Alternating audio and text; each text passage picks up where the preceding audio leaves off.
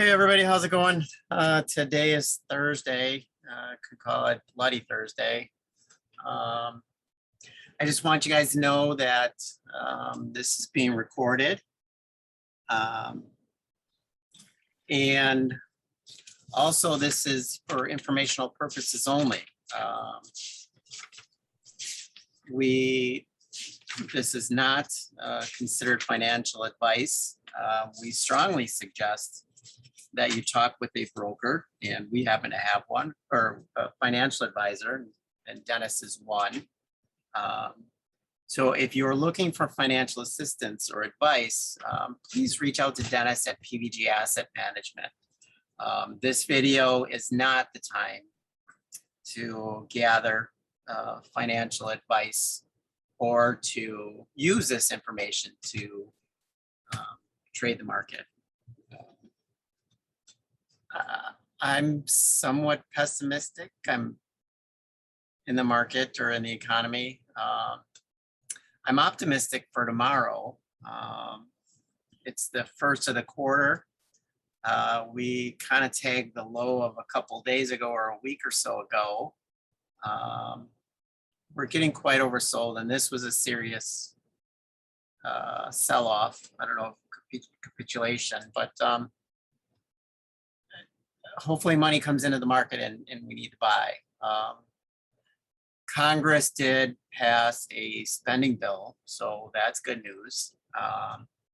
We still have the debt ceiling looming out there that needs to be passed or expanded because we cannot default. And what I found interesting, when we always talk U.S. debt, everybody mentions China.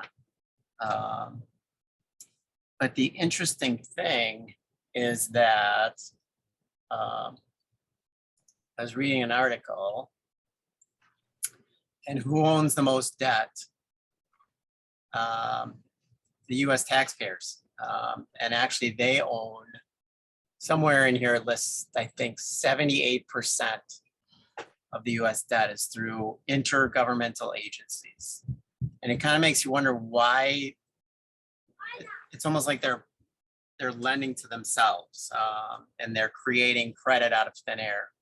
And honestly, that's what they're doing. They're basically, it's a different way, or it's another way to print money and at the same time keep interest rates low, because who's gonna question the U.S. government's credit worthiness? Who's gonna say no? However, with that said, that may come into question if the debt ceiling can't be raised, and that's, I think, the biggest factor that we need to be aware of. I think that's really all. So yeah, I'm gonna share this link at the end of the video or below the video. And like I said, it's an interesting read. It's us, it's the US taxpayers that are holding the debt. Like I said, we'll see what tomorrow brings. It's going to be interesting with the first of the quarter. I'm curious on Dennis's takes. I'd like to, hopefully we'll get a little bit of information on what ETFs he uses to both go long and short. And in addition, to leverage. There are ETFs out there that trade 3 times their underlying. So when, like, for instance, banks move 1, this ETF moves 3 times that. With that said, Dennis, and I see your charts up there. Fantastic. I'm going to start and go through the 4 indices, as you know, the Dow, the S&P 500, and the Russell, and then the Qs, and just give an idea of what I'm looking at. And let's start off with going with SPY, SPY. And I like to get an early jump on some of my positions to be in there. So I like referencing a 60-minute chart. And I can pretty much screen right at the top without even opening up a chart. As you see, I've got the 8, the 13, and 21-day moving average right across the top. They're all red, no point in even looking at it, but we'll take a look at the 60-minute chart. Okay. And as you can see from here, you have a number of different indicators I like to use. The first one is the MACD. It's a moving average conversion divergence. That's below. I hope everyone sees that with the blue and the red line. Okay. And of course, it's negative. We would really like to see that to get above 0, you know, looking at it. Sometimes it gives you a false message, like at 4 o'clock last night. Say, hey, it's time to get back in. No, you got to look right here and see what the zeros are there. Then you can get in. Other things we were looking at on an intraday chart, you have the 34-day moving average in red here. As you can see, my inputs is the 34-day moving average. That's very, very important on an intraday chart. Ideally, you would like to see the 8-day, which is the blue line, cross over the 34-day moving average to get in safely. If you want to be more aggressive, you can use the 4 and the 8-day moving average. The 4 is in white there. The other sign here is you see the parabolic SARs. They are not telling you to get in the market at this point in time. So I watched a movie a long time ago, and one of the quotes I remember is, there's signs all over the place. You don't belong in this position. Okay. Going on to SPY, SPY. And we can count out how many days here that you were told to get out using parabolic SARs. I like using the crosses here. It's pretty easy and pretty obvious. Go back 1, 2, 3, 4, 5, 6, 7, 8, 9, 10, 11, 12, 13, 14, 15 days ago, like 2 weeks ago, you were getting signs to be out of this position, the SPY. This is right real close to where your MACD crossed, as you can see, using the 8 and 17. Then you see the 4-day cross the 8-day moving average, time to get out. The same thing here. I think this is set up as 8 and 13, and we get out as you get the blue line right there.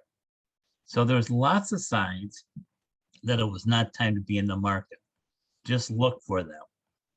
This one I have set up as 34, really should set up at 13. Okay, so there you go. So we'd want to see the blue line cross above the 8 to 13, or the 4-day crossover. There's just no reason to be in today. You say, well, they're going to pass some type of budget tomorrow. We don't know that for sure. Yeah, you might be a day late or a couple hours late. Don't worry about it. Okay. So that's the S&P 500. The Qs under my alpha contract. This has been the weakest indexes for the last couple of days. You can look at my 60-minute chart. No signs there to be in the market. Your MACD is negative. Your 8-day is not crossed over the 34. No reason to be in there. Going on, we have the IWM. Now that's the strongest one of them. There it is. There's IWM at 218.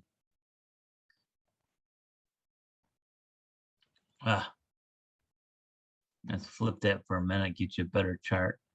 EFA, IWM. The same thing. There's no reason to be in this index either. But you can notice right here, you got 0.60 on your MACD over here. So it's one of the stronger indices, let's put it that way. If I were to go long, that's probably where I'd have to go. But I'd rather wait and see if I get some sign on a 60 or a 30-minute chart. So I have my charts divided up into 2, 5, 15, 30, 60, 90, and 180. Okay. And here is your daily chart on IWM. And your parabolic is still positive. Your MACD did cross finally. Your 4-day is still above your 8-day.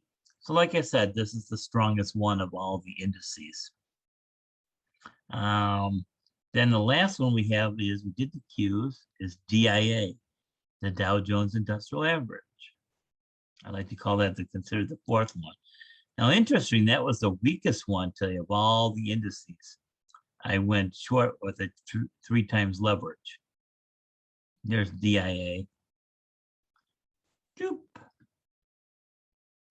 And here's your 60-minute chart. Nothing there.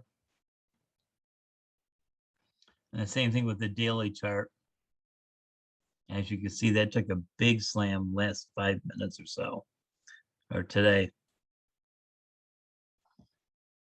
Okay. Ones that I'm looking at are my alpha group here. Interest, I took a long position in gold today. I said I was pretty confident in that. And he says, well, why were you confident that it was going to go? And if you look at your 60-minute chart here, there's lots of sign this was bullish here.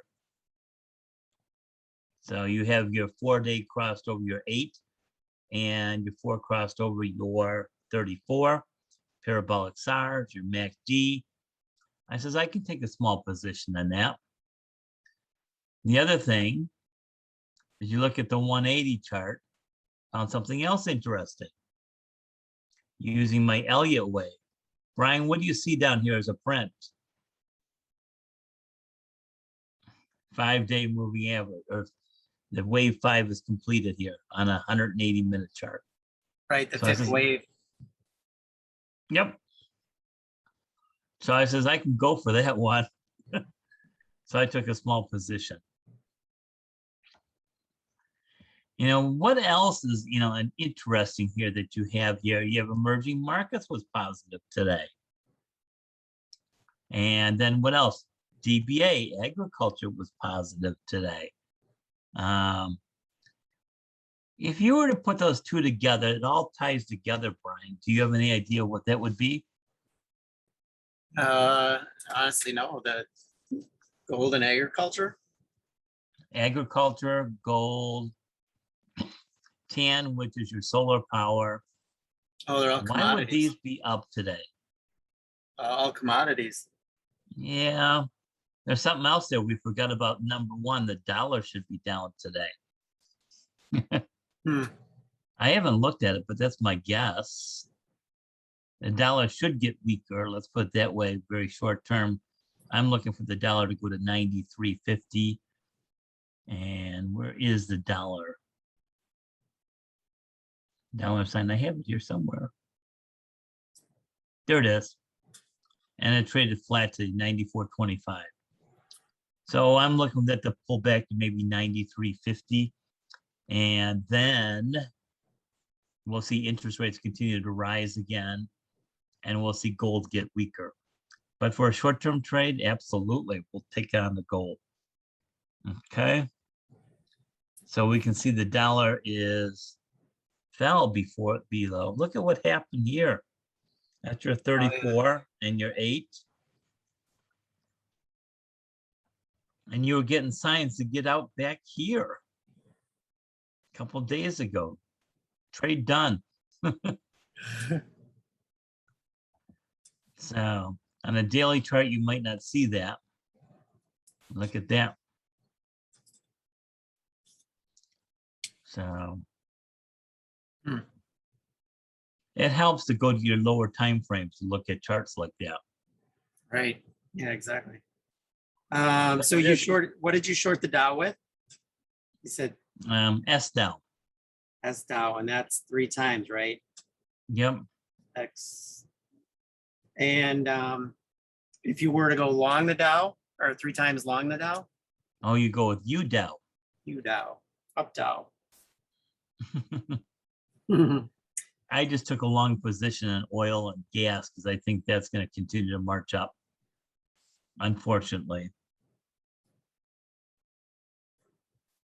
And I have them all categories here. These are your 2X positions here.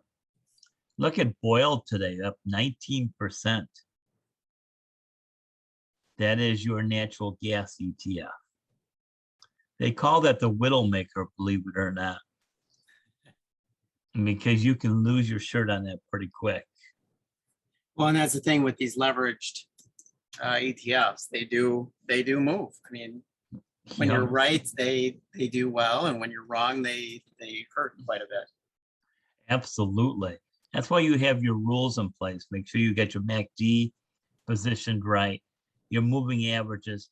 Have some reason why did you do it, not because you heard it on the radio or because Brian and Dennis talked about it.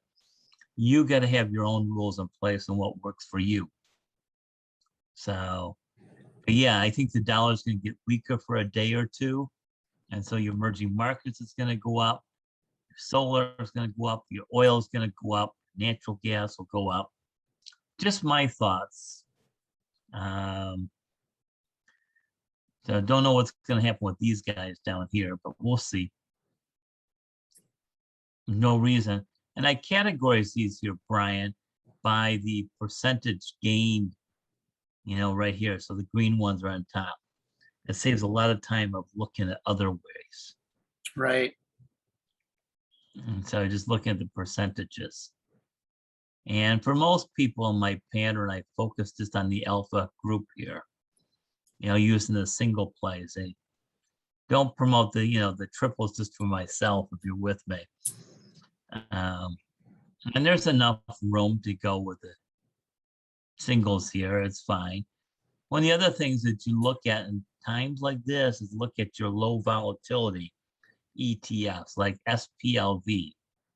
As you can see, it's the Invesco S&P Low Volatility Fund.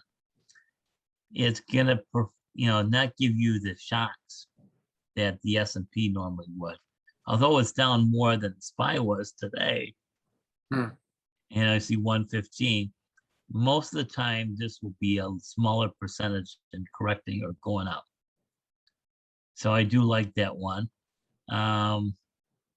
What else is a low volatility one? Here's the large cap one. And it could be some of your technology in that. Here's a mid cap one. Invesco S&P 400 low volatility. If you see that. Yeah. Here's TDV, which is for technology, down 0.79. How does that compare to the Qs? The Qs were only down 0.29. So interesting, the NASDAQ didn't correct at all hardly today. Semiconductor was only down 0.11.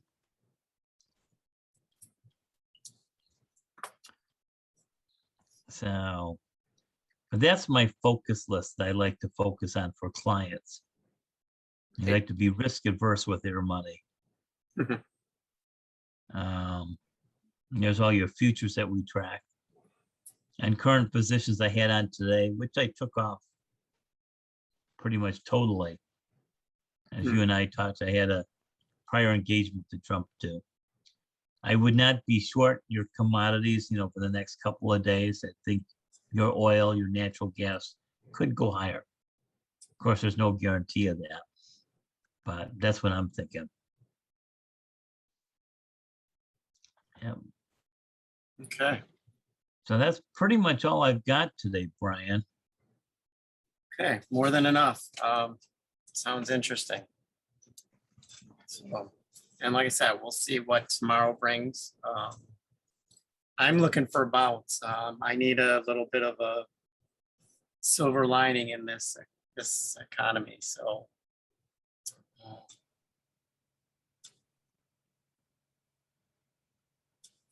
and we're quite below the channel, the SPX channel that I had drawn. Mm-hmm. Okay, Okay, Thank you. Yeah, we'll do that. sounds good. all right, Bye, everyone. Bye. Bye. Thank you. bye.